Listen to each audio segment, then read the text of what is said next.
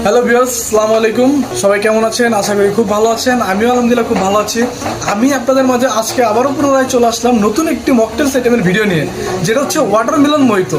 Watermelon মোহিতোটা কি, এটা খেলে উপকার কি হবে এবং এটা কিভাবে তৈরি করে, সেটাই আজকে আপনাদেরকে আমি ভিডিওটাতে দেখাবো।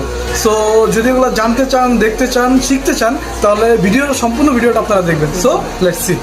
জন্য কী কী লাগে সেটা হচ্ছে আমি আপনাদেরকে দেখাবো। প্রথমত আইস লাগবে, লেমন লাগবে, ওয়াটারমেলন লাগবে, আর হচ্ছে স্প্রাইট লাগবে। এই চারটা জিনিস লাগবে। তো দেখেন আমি কীভাবে কী বানাই। প্রথমে আমি লেবুটা কেটে নিব।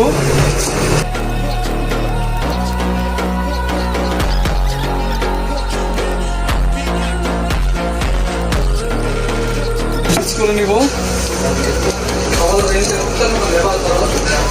আপনারা অনেকভাবে লেবুটাকে জুস করতে পারেন, তবে এইভাবে জুসটা করলে আপনার খুব চলে আসছে।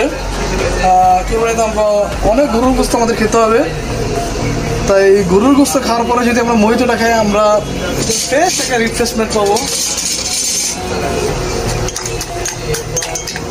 ওয়াটারমেলনটাকে একটু ছেঁকে নিব।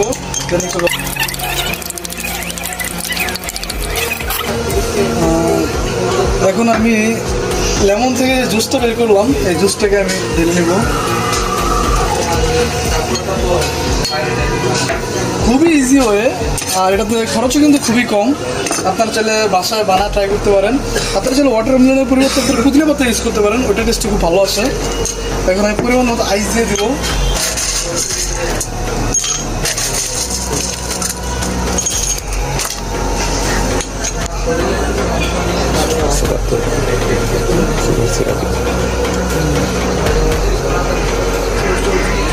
হালকা একটু সুগার সিরাপ আমরা দিয়ে নেব, সুইটনেসটা আছে।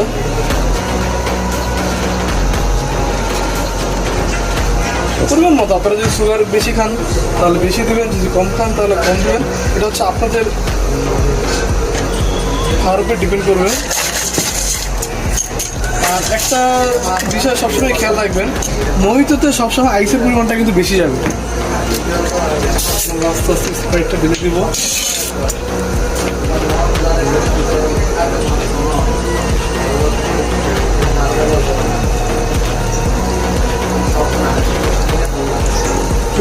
শুধু খুবই রিফ্রেশমেন্ট দেবে এই ড্রিঙ্কসটা আপনাদেরকে।